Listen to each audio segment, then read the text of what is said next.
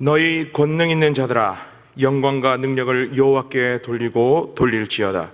여호와께 그의 이름에 합당한 영광을 돌리며 거룩한 옷을 입고 여호와께 예배할지어다. 아멘.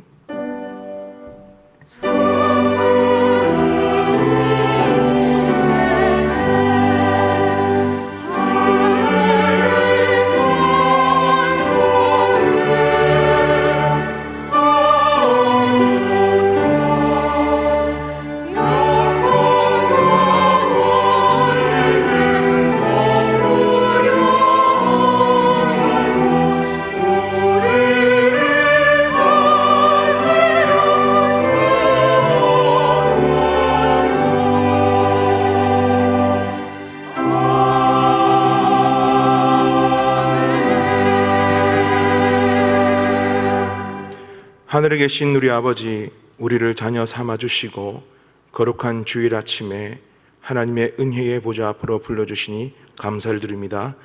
주의 성도들이 영과 진리로 예배를 드리오니 기쁘게 흠향하여 주시고 홀로 영광받아 주시옵소서. 예수님의 이름으로 기원합니다. 아멘. 자리에서 일어나시겠습니다.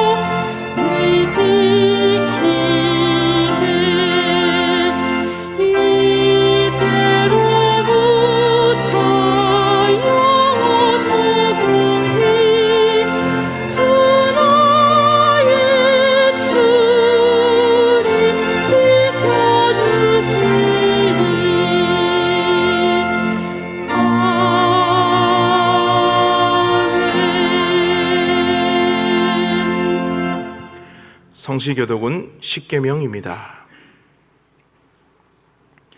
하나님이 이 모든 말씀으로 말씀하여 이르시되 나는 너를 애굽 땅 종되었던 집에서 인도하여 낸 내 하나님 여호와니라. 너는 나 외에는 다른 신들을 내게 두지 말라.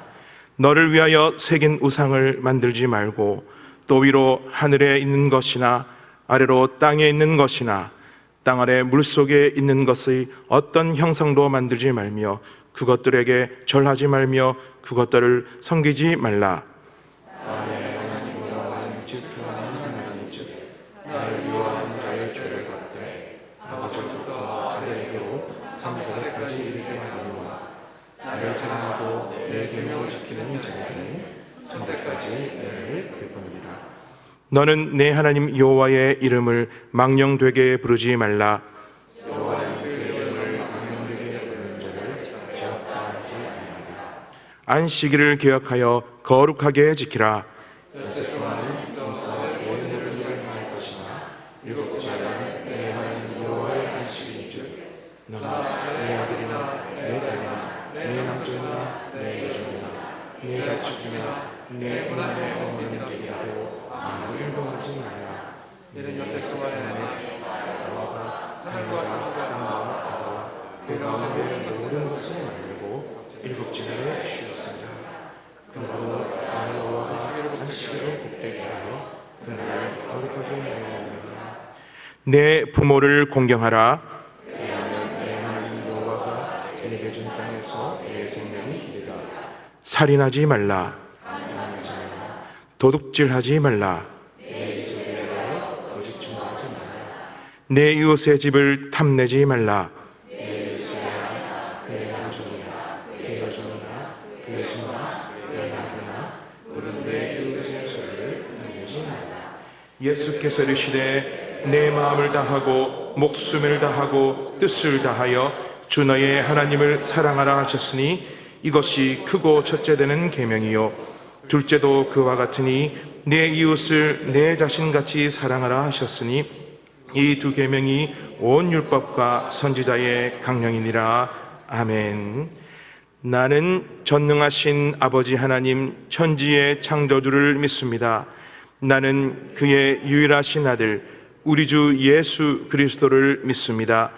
그는 성령으로 잉태되어 동정녀 마리아에게서 나시고 본디오 빌라도에게 고난을 받아 십자가에 못 박혀 죽으시고 장사된 지 사흘 만에 죽은 자 가운데서 다시 살아나셨으며 하늘에 오르시어 전능하신 아버지 하나님 우편에 앉아 계시다가 거기로부터 살아있는 자와 죽은 자를 심판하러 오십니다.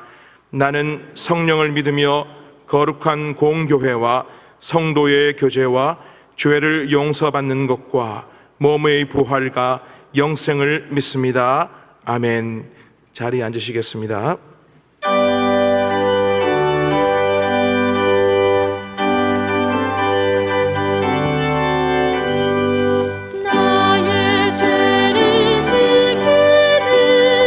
예수의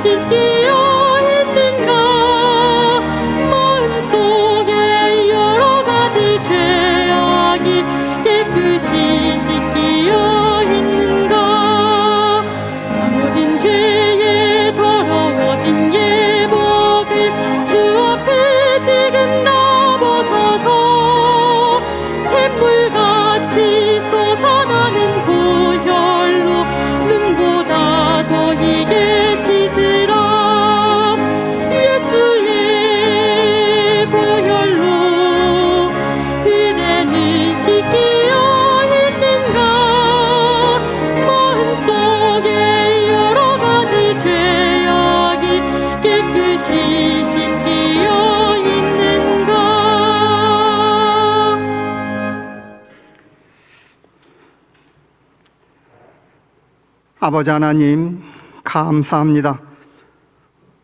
오늘 또 거룩한 주일 은혜 주셔서 많은 사람들 가운데 택하여 불러주시고 자녀의 신분을 주셔서 하나님을 찬양하며 경배드리며 교회에서 가정에서 예배드릴 수 있도록 귀한 시간 주시니 감사합니다.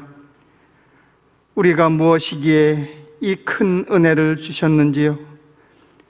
하나님의 그 사랑, 그 은혜 무엇으로 표현할 수 있을까요?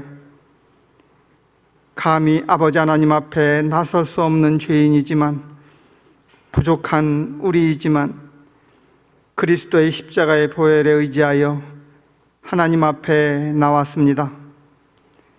아버지 하나님, 이 시간 많은 사람들이 보고 듣고자 해도 보지 못하고 듣지 못한 하늘의 신령한 은혜를 말씀을 통하여 보고 듣는 귀한 은혜의 시간 되게 하옵소서.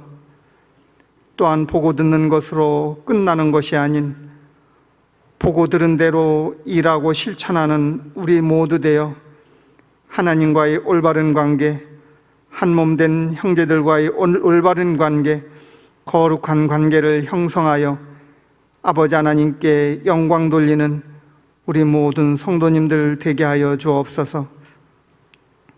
또한 하나님께서는 우리를 먼저 사랑하여 주시고 너희 또한 은혜 받은 자답게 상대방이 나를 사랑하기를 기다리지 말고 먼저 용서하고 사랑하라 말씀하십니다. 그러나 먼저 사랑하는 것, 생각대로 말하는 대로 쉽지 않다는 것 우리는 알고 힘들어합니다. 그러나 하나님이 함께 하시면 이 모든 것 할 수 있사오니 우리를 긍휼히 여기사 성령 충만 부어주시고 우리를 사랑의 도구로 써주시옵소서. 하나님께 쓰임받는 우리 모든 성도님들 되게 하여 주시옵소서. 아버지 하나님, 우리 등촌의 한 가족을 귀히 여겨주시고 김신수 담임 목사님을 우리의 목양자로 세워주셔서 감사합니다. 시간 전하시는 말씀으로, 가르침으로 하나님의 그 크신 사랑을 깨닫고 누리어 교회가 말씀으로 사랑으로 뜨거워지고 연약한 자들이 힘을 얻어 일어나고 복음의 문이 활짝 열려 교회가 차고 넘치게 하여 주시옵소서. 하나님의 주권과 통치가 이루어지는 귀한 교회 되게 하여 주옵소서. 또한 부교육자님들과 전도사님들을 세워주셔서 그 지도 아래 교회가 든든히 세워져 가게 하시니 감사합니다. 우리 모두 그 가르침과 사랑을 본받아 서로를 위하고 올바른 관계를 형성하여 교회가 더욱 든든히 서가게 하여 주옵소서. 또한 직분자들을 세워주시고 일할 수 있도록, 섬길 수 있도록 은혜 주시니 감사합니다. 하나님으로부터 쓰임받는 직분이 얼마나 귀하고 아름다운 복인지요.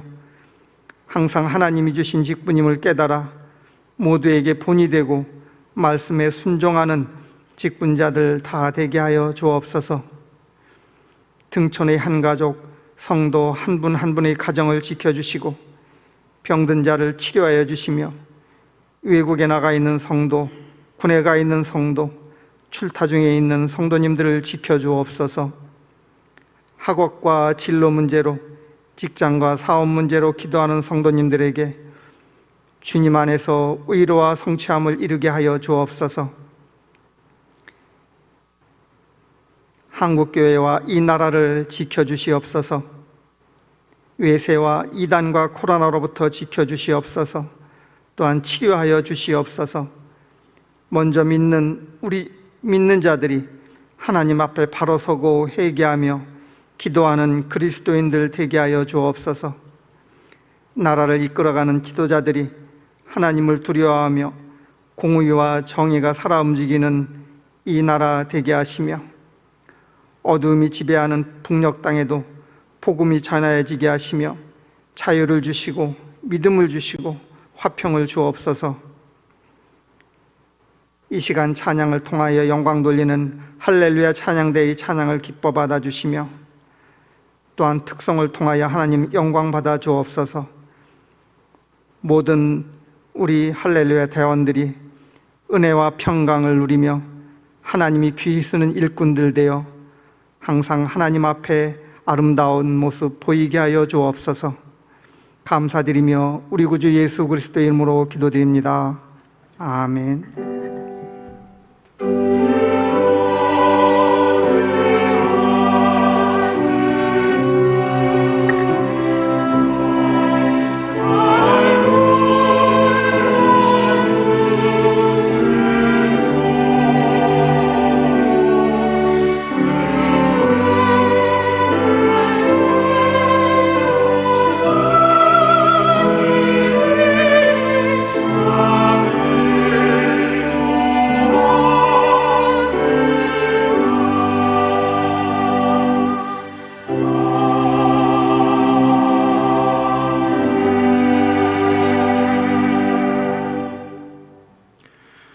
하나님 말씀은 마태복음 5장 21절에서 26절과 이사야 1장 21절에서 23절입니다.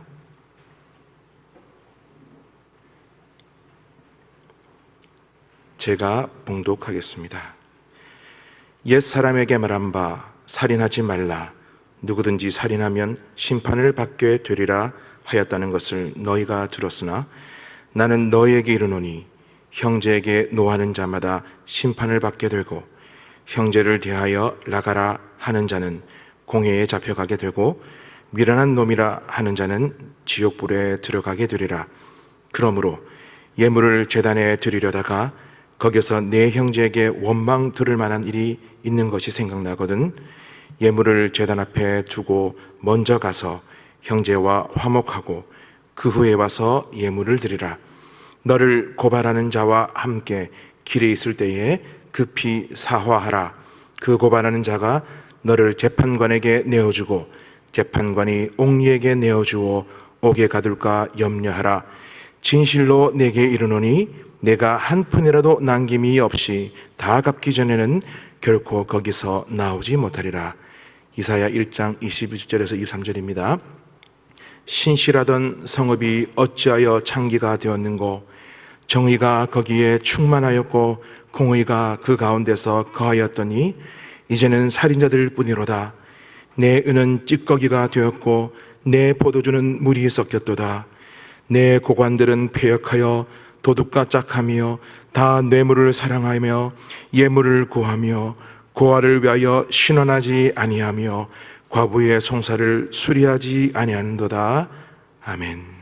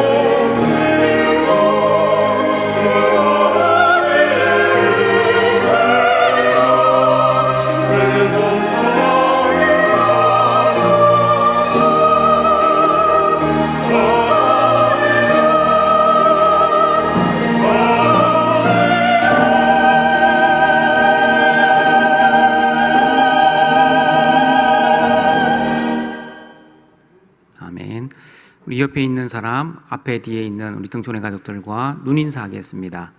우리 사랑합니다. 반갑습니다. 우리 집에서 예배 드리시는 우리 등촌의 가족들도 환영하고 사랑합니다.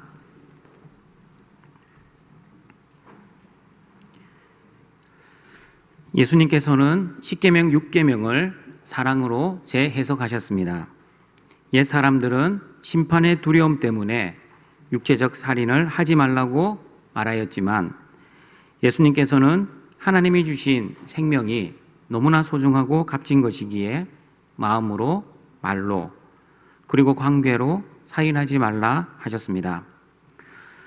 그러므로 사랑해야 할 사람에게 마음으로 분노의 감정, 시기, 질투, 미움, 원망, 불평하지 말아야 합니다. 그리고 사랑해야 할 사람에게 말로서 인격을 무시하는 욕설, 조롱과 비난, 정죄, 비판하지 말아야 합니다. 그리고 내가 살인자가 되지 않는 것도 중요하지만 형제를 살인자로 만들지 말아야 하는 것도 더 중요합니다. 그러므로 실수든 의도적이든 형제에게 원망될 만한 일을 했고 그 일을 하나님이 생각나게 하시면 즉시 그 형제를 찾아가 그 형제에게 용서를 구하고 관계를 회복시켜야 합니다. 그리고 나를 고발하는 자가 길에 있으면 그 현장에서 빨리 용서를 구하고 관계를 회복해야 합니다. 등촌가족 여러분, 오늘 살펴볼 말씀은 사람을 살인하는 것이 아니라 하나님을 살인하는 죄, 다시 말하면 영적 살인에 대한 내용입니다. 성경을 통해 어떻게 하는 것이 하나님을 살인하는 것에 해당되는 것인지 살펴보고 영적 살인자가 되지 않도록 하나님의 말씀을 듣도록 하겠습니다. 첫 번째, 삶으로 드리지 않는 예배는 영적 살인입니다. 이사야 1장 21절입니다. 같이 읽어봅니다. 신실하던 성읍이 어찌하여 창기가 되었는고 정의가 거기에 충만하였고 공의가 그 가운데에 거하였더니 이제는 살인자들 뿐이로다. 신실하던 성읍이 장녀가 되고 이제는 살인자들 뿐이라고 말씀합니다. 왜 신실했던 하나님의 백성들이 장녀가 되고 살인자가 되었는지 이사야 1장 11절 13절 말씀을 같이 읽어보겠습니다. 여호와께서 말씀하시되 너희의 무수한 재물이 내게 무엇이 유익하뇨? 나는 순양의 번제와 살찐 짐승의 기름에 배불렀고 나는 숫송아지나 어린 양이나 숫염소의 피를 기뻐하지 아니하노라. 너희가 내 앞에 보이러 오니 이것을 누가 너희에게 요구하였느냐? 내 마당만 밟을 뿐이니라. 헛된 재물을 다시 가져오지 말라. 분향은 내가 가증히 여기는 바요 월삭과 안식일과 대회로 모이는 것도 그러하니 성회와 아울러 악을 행하는 것을 내가 견디지 못하겠노라. 이스라엘 백성들이 많은 짐승을 잡아 하나님께 제사를 드렸습니다. 그러나 하나님께서는 그 제사를 받지 않으셨습니다. 왜 하나님께서 이스라엘의 제사를 받지 않으셨습니까? 제물에 흠이 있었습니까?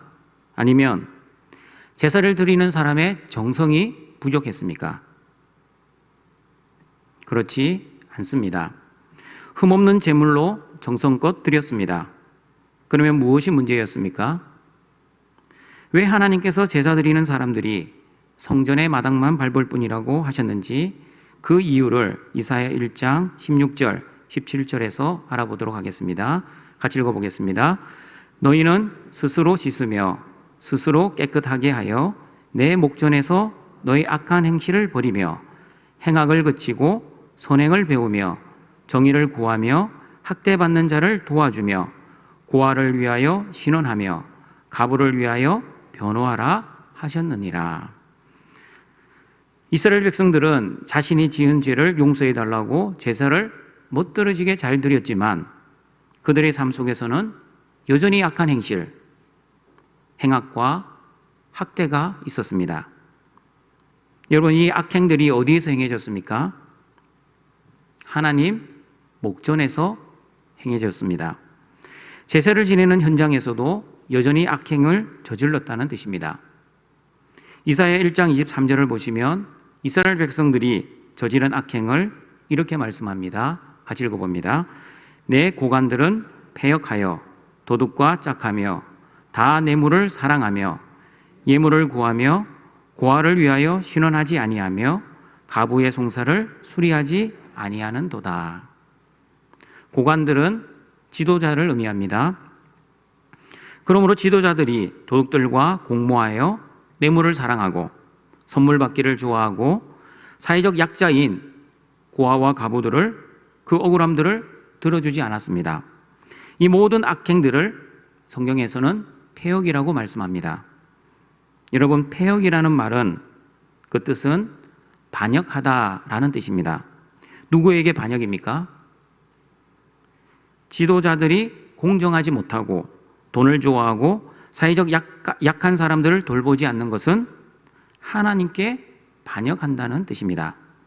그런데 하나님께 패역한 사람들이 자신들의 죄를 위해서는 흠없는 짐승을 제물로 바쳐 제사를 잘 드렸던 것입니다.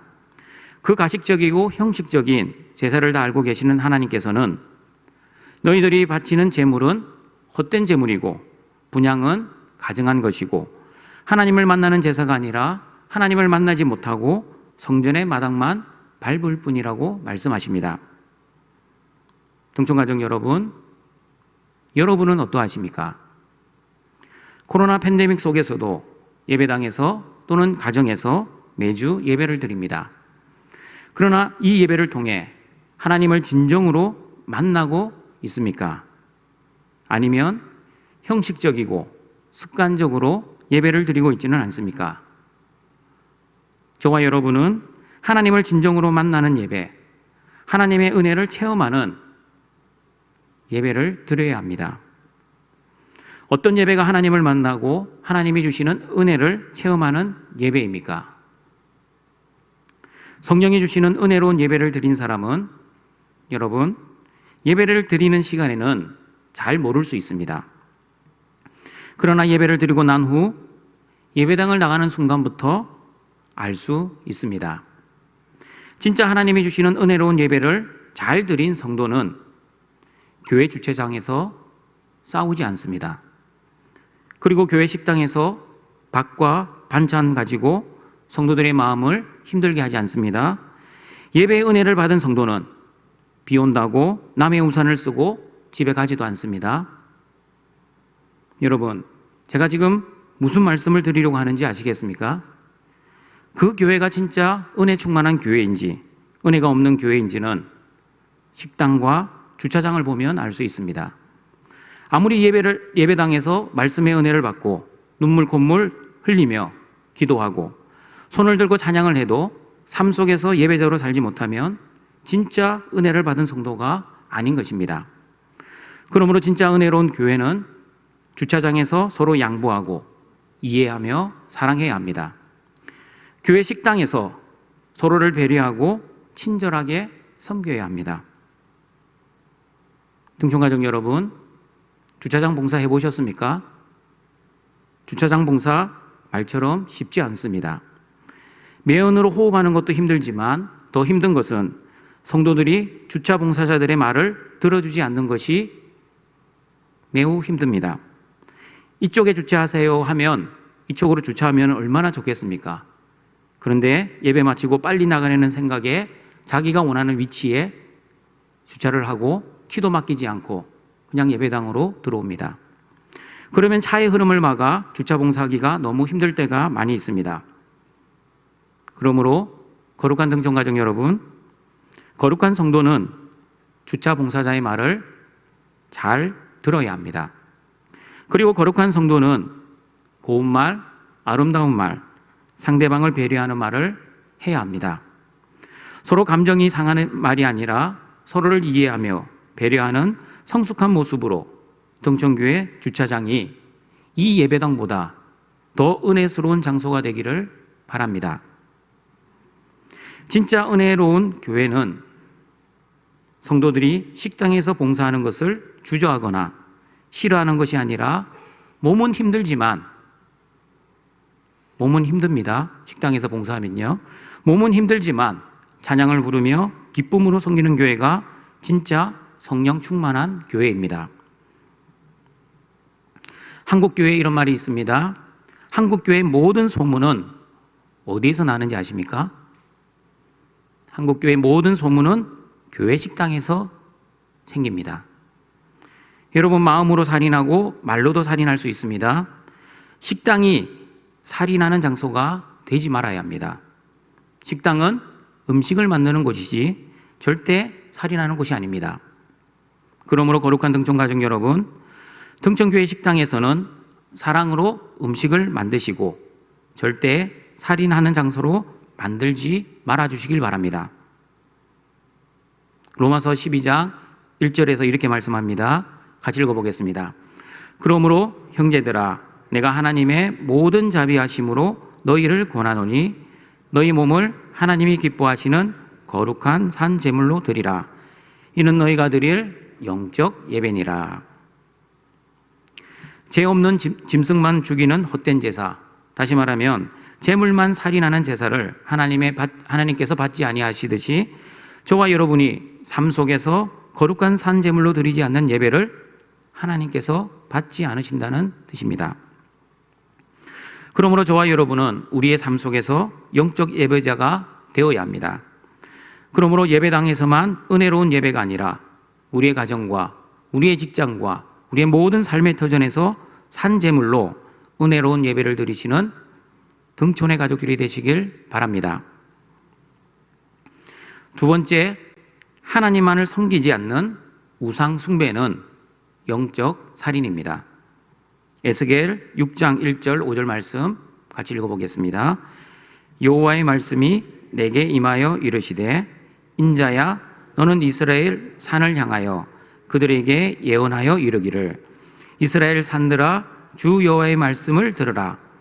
주 여호와께서 산과 언덕과 시내와 골짜기를 향하여 이같이 말씀하시기를 나 곧 내가 칼이 너희에게 임하여 하여 너희 산당을 멸하리니 너희 제단들이 황폐하고 분향 제단들이 깨트러질 것이며 너희가 죽임을 당하여 너희 우상 앞에 엎드러지게 할 것이라. 이스라엘 자손의 시체를 그 우상 앞에 두며 너희 해골을 너희 제단 사방에 흩으리라. 여러분, 하나님께서 칼, 즉 전쟁을 통해 이스라엘의 산당과 제단과 분향 제단들을 깨뜨리시고 이스라엘 백성들을 죽여서 그 시체를 어디에 놓겠다고 말씀하십니까? 우상 앞입니다. 무슨 뜻입니까? 이스라엘 백성들이 산당의 제단에서 수많은 제사를 지냈고 수많은 짐승을 죽였지만 그 제단에는 여호와 하나님이 계셨던 것이 아니라 우상이 있었다는 뜻입니다. 하나님께 제사를 지낸 것이 아니라 우상에게 제사를 드렸다는 뜻입니다. 겉으로는 하나님을 섬겼다고 했지만 실상은 우상을 숭배한 것입니다. 마찬가지입니다. 신앙생활은 하나님만을 섬기는 것입니다. 그런데 신앙생활을 통해 하나님도 섬기고 나도 섬기는 사람이 있습니다. 등촌가족 여러분, 기독교는 기복적이지만 기복주의는 아니라고 말씀드렸습니다. 다시 말씀드립니다. 우리는 1번 하나님의 은혜와 복을 받았습니다. 그리고 2번 하나님의 자녀라는 신분이 변화되었습니다. 그리고 3번 신분에 맞는 거룩한 행동을 해야 합니다. 이 거룩한 행동을 하기 위해 다시 1번 하나님의 은혜와 복이 필요합니다. 이것이 바로 올바른 신앙생활, 기복적인 신앙생활입니다. 그러나 여러분, 3번 종교적 열심과 행위, 거룩한 행동을 하는 이유가 1번 하나님의 은혜와 복을 받기 위한 열심과 행위라면 그것은 기복주의가 됩니다. 기복주의가 성경적이지 않은 이유는 신앙생활의 목적이 하나님의 영광이 아니라 자신의 행복과 자신의 영광을 위한 것이기 때문입니다. 그러나 기복적인 올바른 신앙생활은 하나님의 영광을 위해 열심히 신앙의 여정을 걸어갑니다. 여러분, 이렇게 기복적인 신앙생활은 하나님의 영광을 위해 신앙생활을 하고 기복주의 신앙생활은 자신의 영광을 위해 신앙생활을 하는 근본적인 원인이 어디에 있다고 생각하십니까? 그것은 바로 기복적인 성도는 하나님을 주인으로 모시고 하나님만을 섬기기 때문입니다. 그러나 기복주의 성도는 하나님이 아니라 자신의 삶의 주인이 되어 자신의 행복을 위해 살아가기 때문입니다. 여러분, 겉으로는 똑같습니다. 기복적인 신앙생활도 하나님의 은혜와 복을 구합니다. 그리고 기복주의도 겉으로는 하나님의 은혜와 복을 구합니다. 그러나 비슷해 보이지만 여러분, 신앙생활의 목적이 완전히 다르다는 것을 기억하셔야 합니다. 그래서 사람들은 모릅니다. 오직 하나님만 아실 겁니다. 제가 호스피스 사역을 할 때 이런 기도 요청을 종종 받았습니다. 목사님, 하나님이 저희 생명을 연장시켜 주시면 이제부터 하나님의 일을 열심히 하겠습니다. 그러니 목사님께서도 제가 하나님의 일을 할 수 있도록 기도해 주십시오. 무슨 기도 요청입니까? 죽고 싶지 않고 살고 싶다는 그런 기도 요청이었습니다. 저는 이런 기도 부탁을 받을 때마다 힘들었습니다. 왜냐하면 생명의 주인 되신 하나님께서 이 땅에서 못 고치는 암이라는 질병을 하나님 나라 천국병원에 입원시키셔서 고쳐주시고자 하나님께서는 불러주시고자 하는데 본인은 자꾸 하나님 나라 가는 것은 싫고 이 땅에서 하나님 나라를 위해 열심히 살고자 하는 자신의 뜻을 위해 기도하기 때문입니다. 여러분, 그거 아십니까? 진정한 믿음이란 내 뜻이 아니라 하나님의 뜻에 순종하는 것입니다. 하나님의 뜻은 천국에 불러주시는 것인데 환자는 하나님의 뜻이 아니라 자신이 원하는 대로 자기가 하고 싶은 대로 마음대로 살고 싶은 것이 간절합니다. 그러나 여러분, 이런 모습은 안타깝지만 진정한 믿음의 모습이 아닙니다. 그러면 여러분, 하나님의 뜻이 어디에 있습니까? 어떻게 알 수 있습니까? 제가 말기 암 환자들에게 이렇게 하나님의 뜻을 알려드립니다. 집사님, 만약 하나님께서 집사님이 이 땅에서 아직 할 일이 남아있다고 판단하시면 집사님은 시간이 지나면서 몸 상태가 좋아지실 겁니다. 음식을 못 먹던 사람이 음식을 먹게 되고 걷지 못하던 사람이 걷게 되고 통증도 점점 좋아질 겁니다. 그러나 하나님의 뜻이 집사님이 천국에 가는 것이면 시간이 지나면서 집사님의 몸 상태는 점점점 안 좋아지실 겁니다.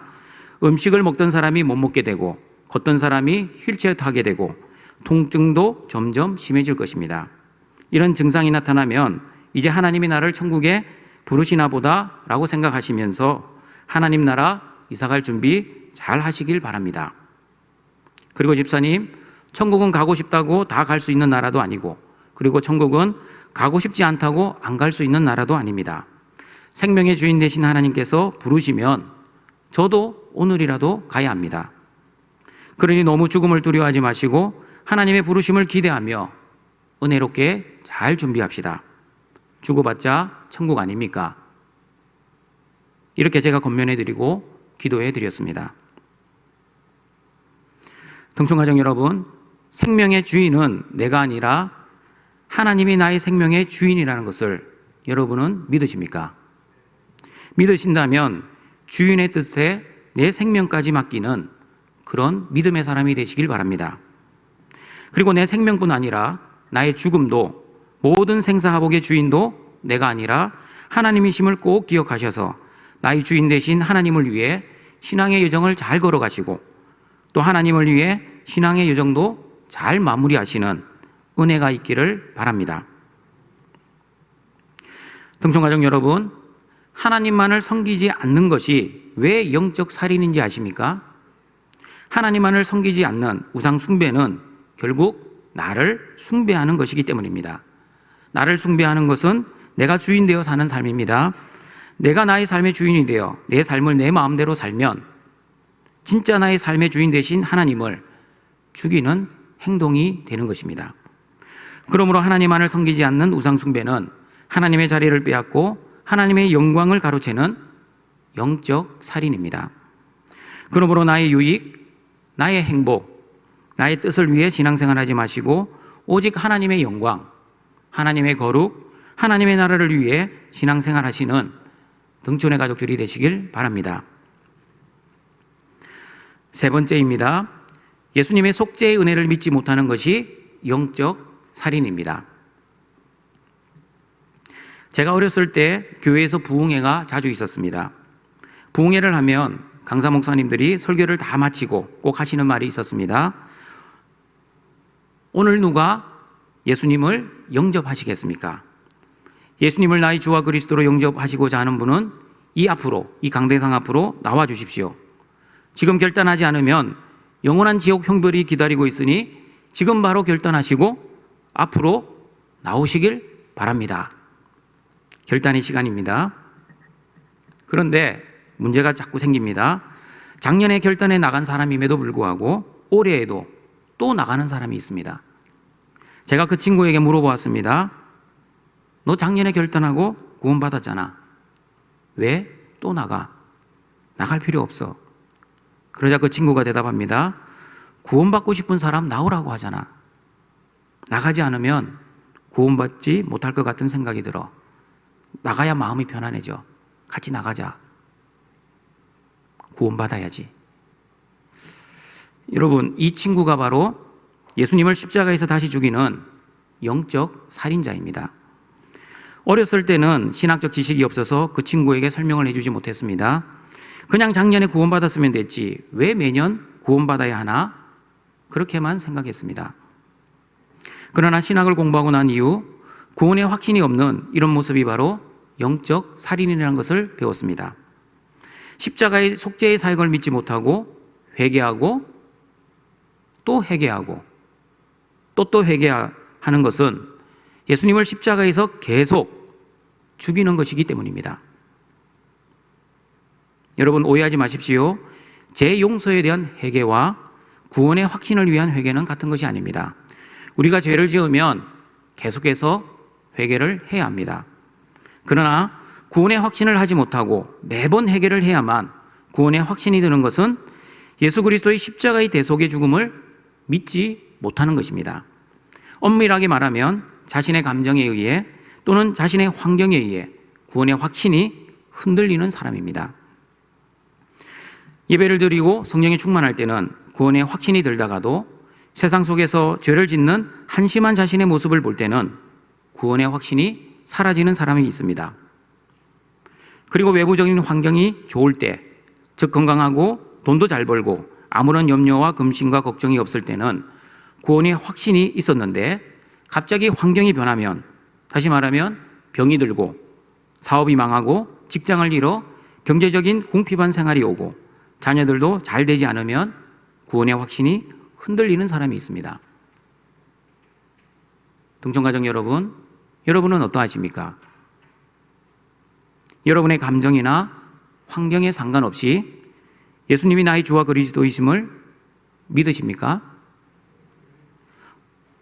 그런 믿음이 있으시다면 여러분은 구원의 확신이 흔들리지 않으실 겁니다.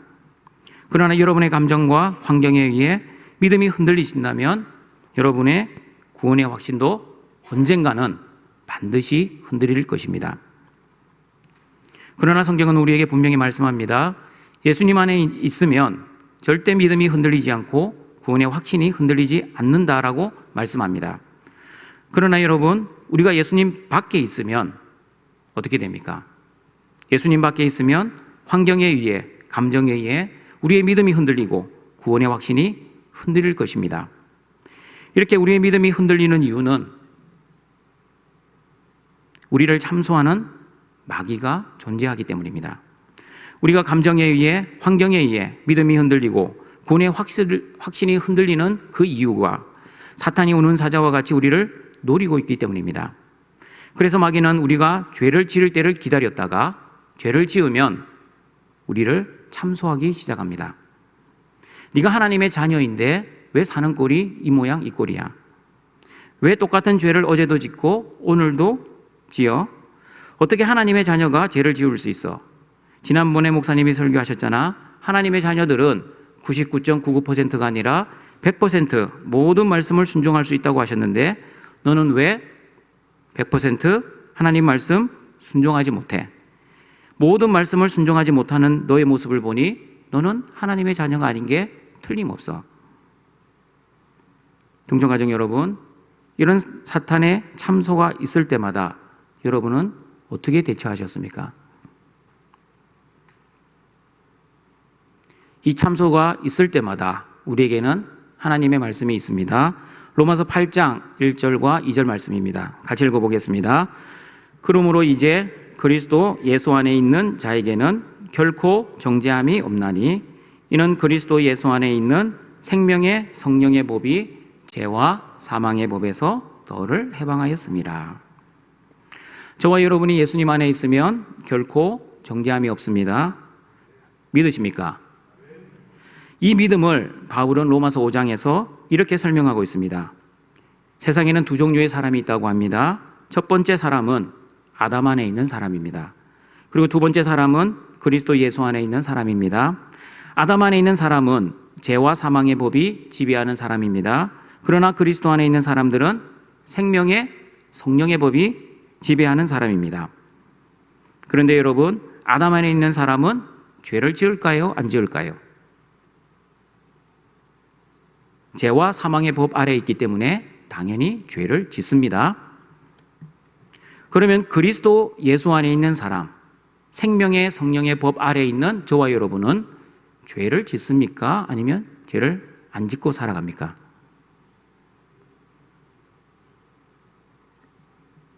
그리스도 예수 안에 있는 저와 여러분도 아담 안에 있는 사람들처럼 여전히 죄성이 남아있기 때문에 죄를 짓습니다. 그러면 여러분, 아담 안에 있는 사람도 죄를 짓고 그리스도 예수 안에 있는 사람도 죄를 짓습니다.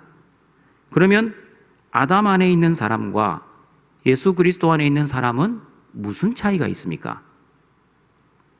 예수님을 믿어도 죄 짓고 예수님을 안 믿어도 죄를 짓습니다. 그러면 우리가 그들과 무슨 차이가 있습니까? 어떤 차이가 있는지 로마서 8장 1절을 같이 읽어보겠습니다. 그러므로 이제 그리스도 예수 안에 있는 자에게는 결코 정죄함이 없나니. 예수님 안에 있는 사람은 죄를 지어도 정죄함이 없습니다. 무슨 뜻입니까? 아담 안에 있는 사람은 죄를 지으면 마귀로부터 정죄를 당해 죄책감을 가지고 살아갑니다. 그러나 그리스도 안에 있는 사람들은 죄를 지어도 정죄를 당하지 않습니다. 왜 정죄를 당하지 않습니까? 저와 여러분이 지은 죄를 위해 예수님이 대신 정죄를 받으시고, 또한 저와 여러분이 지은 모든 죄의 책임을 예수님이 감당하셨기 때문입니다. 이 말씀을 그림 언어로 표현해 드리겠습니다. 이 그림을 머릿속에 잘 각인해 주시길 바랍니다. 마귀는 사람들이 죄를 지을 때마다 정죄의 화살을 쏩니다. 그러므로 아담 안에 있는 사람은 죄를 지을 때마다 마귀가 쏘는 정죄의 화살들을 다 맞아 온몸이 죄책감으로 피투성이가 됩니다. 그러나 예수님 안에 있는 사람이 죄를 지으면 역시 마귀는 정죄의 화살을 쏩니다. 네가 성도라며 어떻게 이런 끔찍한 죄를 지을 수 있어? 어떻게 목사가 되어서 이런 끔찍한 죄를 짓는 것을 보니 너는 설교할 자격도 없는 사람이야. 이렇게 저를 참소합니다. 그러나 여러분, 예수님 안에 있는 사람은 마귀가 정죄의 화살을 쏘아도 그 화살이 저와 여러분에게 도달하기 전에 예수님이 먼저 맞아주시는 것입니다. 왜냐하면 저와 여러분이 예수님 안에 있기 때문입니다. 화살이 저와 여러분에게 도달하기 이전에 우리의 밖에 계시는 예수님이 마귀의 모든 정죄의 화살을 맞아주셨기 때문에 마귀는 더 이상 저와 여러분을 정죄할 수 없는 것입니다. 그러므로 우리는 모든 죄의 책임에서 자유하게 되었습니다. 이것이 바로 로마서 8장 1절이 말씀하는 의미입니다. 다시 정리하겠습니다. 성도는 그리스도 예수 안에 있는 사람이지만 죽을 때까지 죄성이 남아있기 때문에 죽을 때까지 죄를 짓습니다. 그럼에도 불구하고 그리스도 예수 안에 있는 성도는 결코 정죄함이 없는 것입니다. 그러므로 과거의 죄, 현재의 죄, 미래의 모든 죄에 대한 책임이 없는 것입니다. 이것이 바로 기쁜 소식, 복음입니다. 등송가정 여러분, 조금 논리적이고 그리고 생각이 있는 사람이라면 여기서 우리는 이런 질문을 해야 정상입니다. 목사님, 예수님이 우리의 모든 죄를 용서해 주셨으면 이제 우리는 마음껏 죄를 지어도 되겠네요. 어차피 미래의 죄까지 모든 죄를 용서받았기 때문에 내가 하고 싶은 대로 마음대로 죄를 지으며 살아도 되겠네요. 예수님의 십자가 옆에 강도처럼 죽을 때 돼서 회개하면 되지 않겠습니까? 이런 질문을 하는 사람이 바로 로마서 6장 1절의 말씀입니다. 같이 읽어보겠습니다. 그런즉 우리가 무슨 말을 하리요? 은혜를 더하게 하려고 죄에 거하겠느냐? 죄를 많이 지으면 지을수록 하나님이 모든 죄를 용서해 주셨기 때문에 하나님의 은혜도 더욱 크게 받는다는 논리입니다. 여러분은 어떻게 생각하십니까? 은혜를 받기 위해 죄를 많이 지어야 합니까? 성경의 답은 로마서 6장 2절 4절입니다. 그 답을 읽어보겠습니다. 그럴 수 없느니라. 죄에 대하여 죽은 우리가 어찌 그 가운데 더 살리요? 무릇 그리스도 예수와 합하여 세례를 받은 우리는 그의 죽으심과 합하여 세례를 받은 줄을 알지 못하느냐?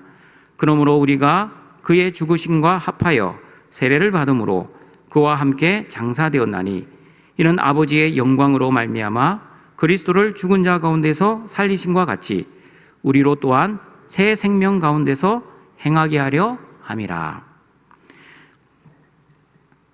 예수 그리스도의 세례를 받은 저와 여러분은 예수님과 함께 십자가에서 이미 죽었고 또한 예수님의 부활하심으로 새로운 생명을 가진 것처럼 죄에서 죽은 저와 여러분은 이제 새로운 삶을 살아야 합니다. 왜냐하면 더 이상 죄가 저와 여러분을 주장하지 못하기 때문입니다. 그러므로 로마서 6장 15절, 16절은 이렇게 말씀합니다. 같이 읽어보겠습니다. 그런즉 어찌하리요? 우리가 법 아래에 있지 아니하고 은혜 아래에 있으니 죄를 지으리요? 그럴 수 없느니라. 너희 자신을 종으로 내주어 누구에게 순종하든지 그 순종함을 받은 자의 종이 되는 줄을 너희가 알지 못하느냐? 혹은 죄의 종으로 사망에 이르고 혹은 순종의 종으로 의에 이르느니라. 아담 안에 있을 때는 죄의 종으로 살았습니다. 그래서 죄를 지으며 살았습니다. 그리고 마귀의 정죄로 인해 죄책감이 충만했습니다. 그러나 그리스도 예수 안에 있으면 이제 더 이상 죄의 종이 아닙니다. 의의 종, 순종의 종이 되었습니다. 하나님의 은혜로 은혜가 충만하게 임하게 되었습니다. 그러므로 저와 여러분은 하나님의 은혜로 인해 죄를 짓지 않으며 살아갈 수 있게 되었습니다. 그것이 바로 순종의 종이 되었다는 의미입니다. 하나님의 모든 말씀을 순종할 수 있게 되었습니다. 그 순종이 나의 결심과 노력과 능력이 아니라 오직 하나님의 은혜와 예수님의 사랑하심과 성령님의 도우심으로 인해 하나님의 말씀을 100% 순종할 수 있는 은혜가 있다는 것을 우리는 꼭 기억해야 합니다.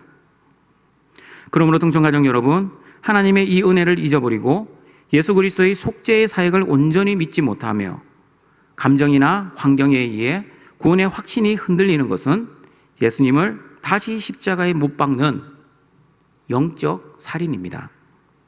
그리고 하나님의 말씀을 온전히 순종할 수 있는데 순종할 수 없다고 생각하고 하나님의 은혜와 도우심을 믿지 못하는 것도 영적 살인이라는 것을 기억하시고 하나님의 말씀을 온전히 순종하셔서 영적 살인자가 되지 않는 우리 등촌의 가족들이 되시길 바랍니다. 말씀을 정리하도록 하겠습니다. 예수님께서는 살인을 사랑으로 재해석하셨습니다. 마음의 살인, 말의 살인, 관계의 살인에 대해 말씀하셨습니다. 그러나 사람을 살인하는 것만 있는 것이 아닙니다. 영적 살인도 있다는 것을 우리는 기억해야 합니다. 첫 번째, 삶으로 드리지 않는 예배는 영적 살인입니다. 아무리 예배당에서 은혜를 받아도 삶 속에서 은혜 받은 자답게 살지 못하면 받은 하나님의 은혜를 죽이는 살인입니다. 그래서 등촌교회는 주차장과 식당이 가장 은혜스러운 장소가 되기를 소망합니다. 두 번째, 하나님만을 섬기지 않는 우상 숭배, 즉 자기를 숭배하고 하나님보다도 돈을 더 사랑하는 것, 하나님의 영광보다 내 행복, 하나님의 뜻보다 내 뜻을 위해 사는 것, 그리고 내 삶의 주인을 하나님이 아니라 내가 내 삶의 주인 되어 사는 것은 영적 살인입니다. 세 번째, 예수님의 십자가의 속죄의 사역을 믿지 못하고 구원의 확신이 흔들리는 것, 마귀의 참소에 의해 죄책감으로 힘들어하는 것, 그리고 하나님의 말씀을 온전히 순종할 수 없다고 생각하고 말씀 순종을 포기하는 것은 영적 살인입니다. 등촌가족 여러분, 육적으로나 마음으로, 말로, 관계적으로 사람을 살인하지 마십시오. 그리고 영적으로 하나님을 살인하는 영적 살인자가 되지 마십시오. 저와 여러분은 하나님의 생명을 가진 자이기 때문에 생명을 죽이는 살인자가 아니라 생명을 살리고 생명을 전하는 생명 전도자가 되어야 합니다. 하나님이 나에게 주신 이 풍성한 생명을 감사하고 기뻐하고 그리고 그 생명을 실제 우리의 삶 속에서 누리며 그 좋은 생명을 또한 우리의 이웃에게 전하여 하나님께 영광을 돌리시는 우리 등촌의 가족들이 되시길 주님의 이름으로 축원합니다. 사랑과 자비가 풍성하신 하나님 아버지, 오늘도 하나님의 자녀들이 하나님 앞에 나와 영과 진리로 하나님을 진정으로 만나는 은혜의 예배를 드리게 하시니 감사드립니다. 사람을 마음으로 말로 관계로 죽이지 않을 뿐 아니라 하나님을 죽이지 않는 거룩한 성도가 되게 하여 주시옵소서. 예배당 안에서도 하나님의 은혜의 예배를 드리게 하시고 우리의 모든 일상의 삶 속에서도 거룩한 산제물의 영적 예배를 드리는 등촌의 가족들이 되게 하여 주시옵소서. 하나님만을 섬기며 자신의 우상을 숭배하지 않고 예수 그리스도의 십자가의 속죄의 능력을 의심하지 않고 구원의 확신 가운데 하나님 말씀을 100% 순종하며 살아가는 우리 등촌의 가족들 되게 하여 주시옵소서. 예수님의 이름으로 기도드리옵나이다. 아멘.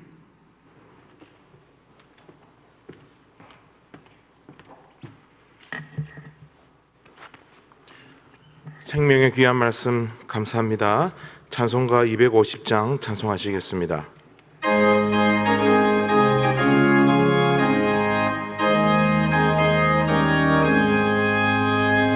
구주의 십자가 보혈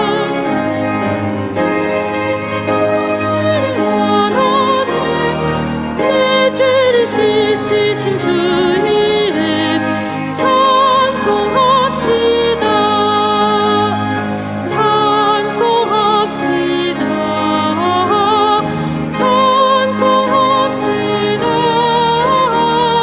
내 죄를 씻으신 주 이름 찬송합시다 죄악에 속하여 주신 주 내 속에 들어와 계시네 십자가 앞에서 주 이름 찬송합시다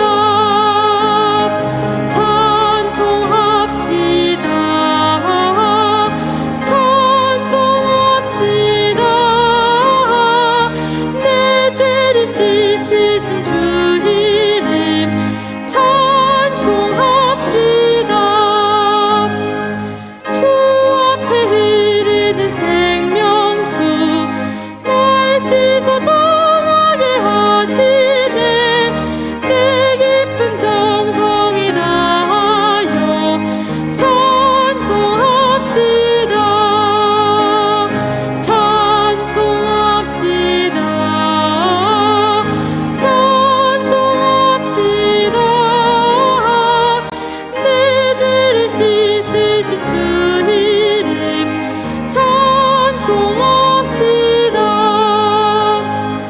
내 주께 회개한 영혼은 생명수 가운데 젖었네 힘없고 순전한 주 이름 찬송합시다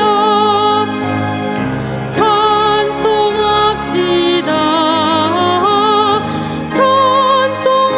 찬송합시다 내 죄를 씻으신 주 이름 찬송합시다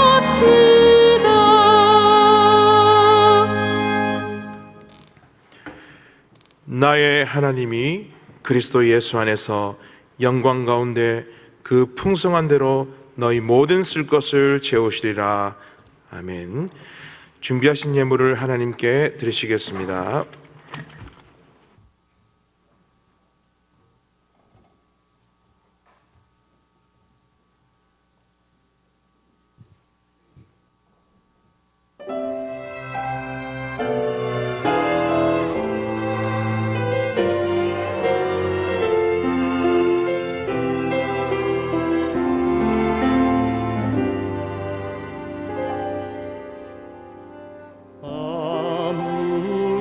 아무것도 두려워 말라 주 나의 하나님이 지켜주시네 놀라지 마라 겁내지 마라 주님 나를 지켜주시네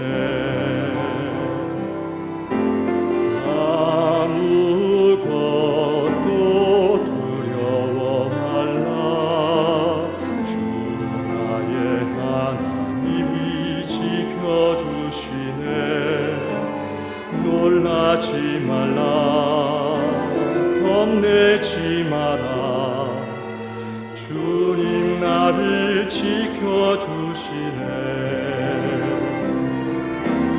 내 맘이 힘에 겨워 지칠지라도 주님 나를 지켜주시네 세상의 험한 풍파 몰아칠 때도 주님 나를 지켜주시네 주님은 나의 산성 주님은 나의 요새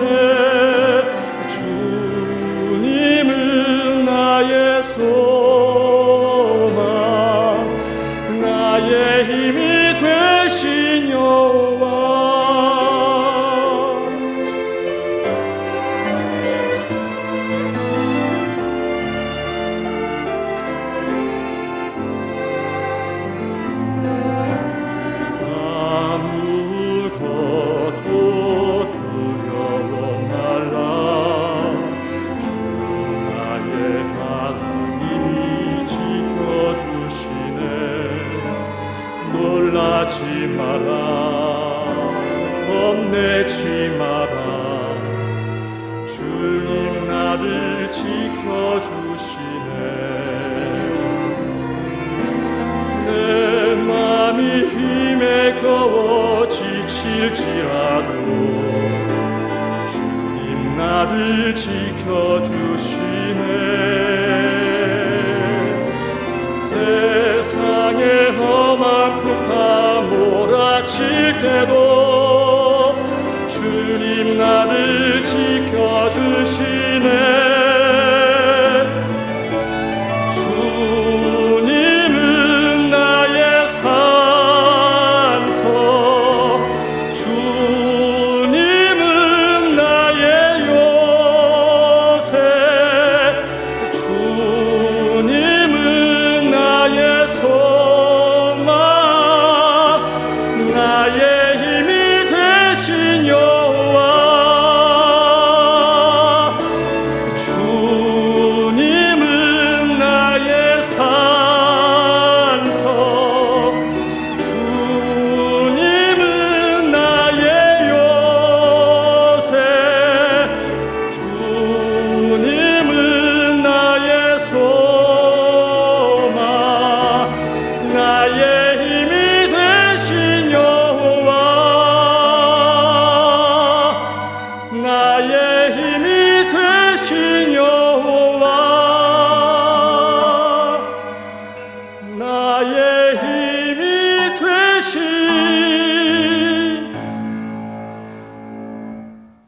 여호와.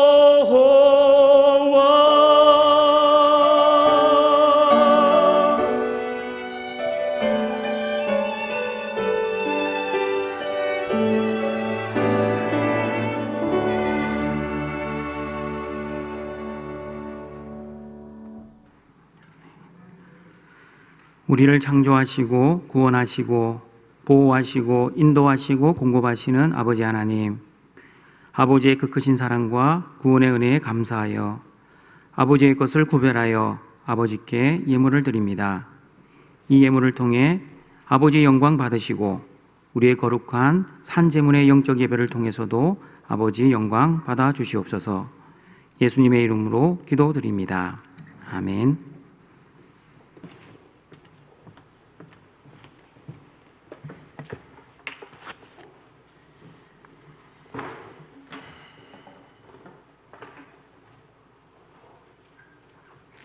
다 함께 일어나셔서 주기도 문성으로 성령 드리겠습니다.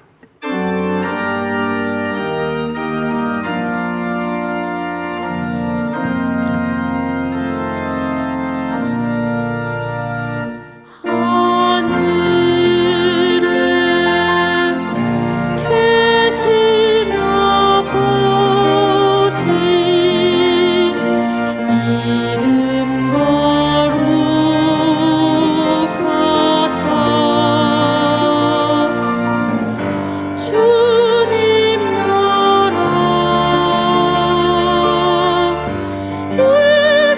임하시고 뜻이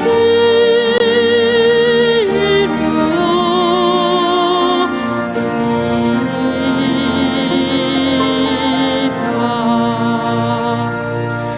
이러한 양식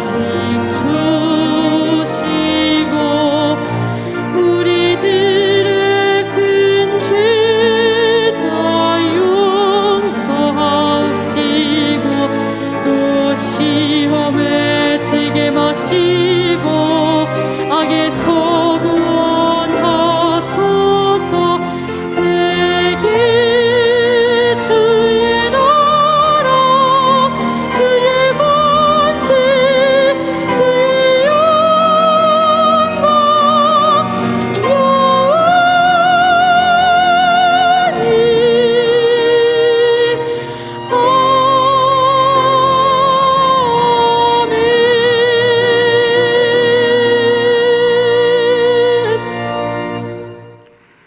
우리 구주 예수 그리스도의 은혜와 하나님의 사랑하심과 성령의 교통하심이 사람과 하나님을 살인하지 않고 사람과 하나님을 사랑하여 하나님께 영광 올려드리기를 소원하는 모든 등촌교회 성도들에게 항상 함께 있을지어다. 아멘.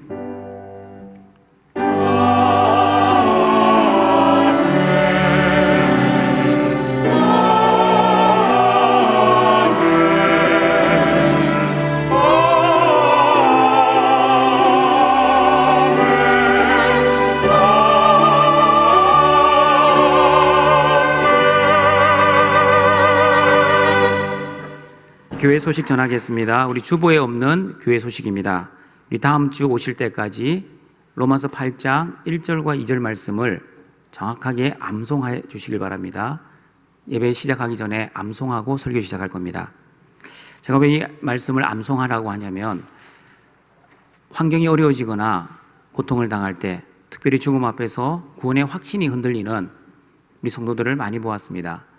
한평생 신앙생활을 했지만 60년, 70년 직분을 맡아 하나님의 교회를 섬겼지만 마지막 죽음 앞에서 구원의 확신이 없는 흔들리는 사람들을, 성도들을 보았습니다. 그때 제가 생각했습니다. 어떻게 교회에서 가르쳤길래 이 장로님이, 이 권사님이 죽음 앞에서 이렇게 구원의 확신도 없나 라는 생각을 품었습니다. 그런데 입장이 바뀌었습니다. 이제 제가 그 구원의 확신을 잘 가르쳐야 될 이제 책임자가 되었습니다.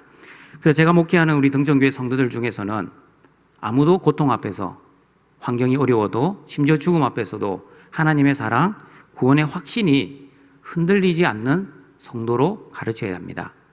그래서 로마서 8장 1절 2절 말씀을 정확하게 암송하시고, 그리고 제가 보여드린 그림 언어 머릿속에 항상 생각하시고, 그런 죄책감에 흔들릴 때, 구원의 확신이 흔들릴 때 로마서 8장 1절과 2절 말씀을 암송하시면서 하나님의 말씀과 그 이미지를 가지시고 그 마귀의 참소를 이겨내셔야 합니다.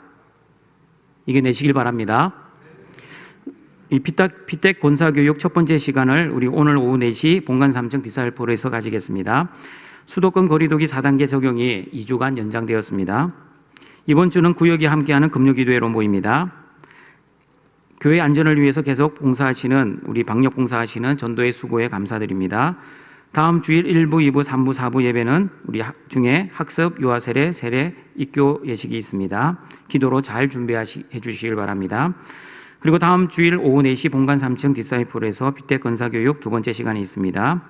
그리고 10월 11일 월요일 오후 2시 본교회당에서 서울 서부노회 제135회 정기노회가 있습니다. 행사는 주보를 참조해 주시고요. 그리고 교우 소식입니다. 입원입니다. 김현주 A 은퇴 집사님, 최경옥 무임 은퇴 권사님 입원하셨습니다. 지난주에 장례식이 있었습니다. 이수님 은퇴 권사님 이사오 구역 안나이 전도에 모친 소천 받으셨습니다. 출산입니다. 박간호 성도 등남하셨고 김영한 B 집사님 남신의 성도 등려하셨습니다. 개업입니다. 황영강 성도 요세프 4.2구역 라 드로게리아 이태리 음식점 우리 개업하셨습니다.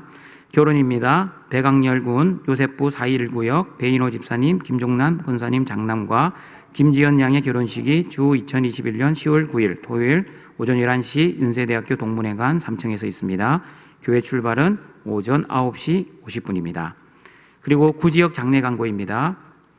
박안순 성도 911구역 안나 3 전도에 우리 소천 받으셨습니다. 장례식장은 강화 BS 병원 장례식장 특 1호입니다. 주간은 강화교회, 그리고 입가는 토요일, 발인은 10월 4일 내일 월요일 오전 6시에 있습니다. 교회 문상은 토요일 날 다녀왔습니다. 장지는 인천 가족 추모공입니다. 우리 성도의 위로가 함께 하시길 바랍니다. 다 같이 일어나셔서 성도의 교제 찬양, 우리 박수 치면서 찬양 드리겠습니다.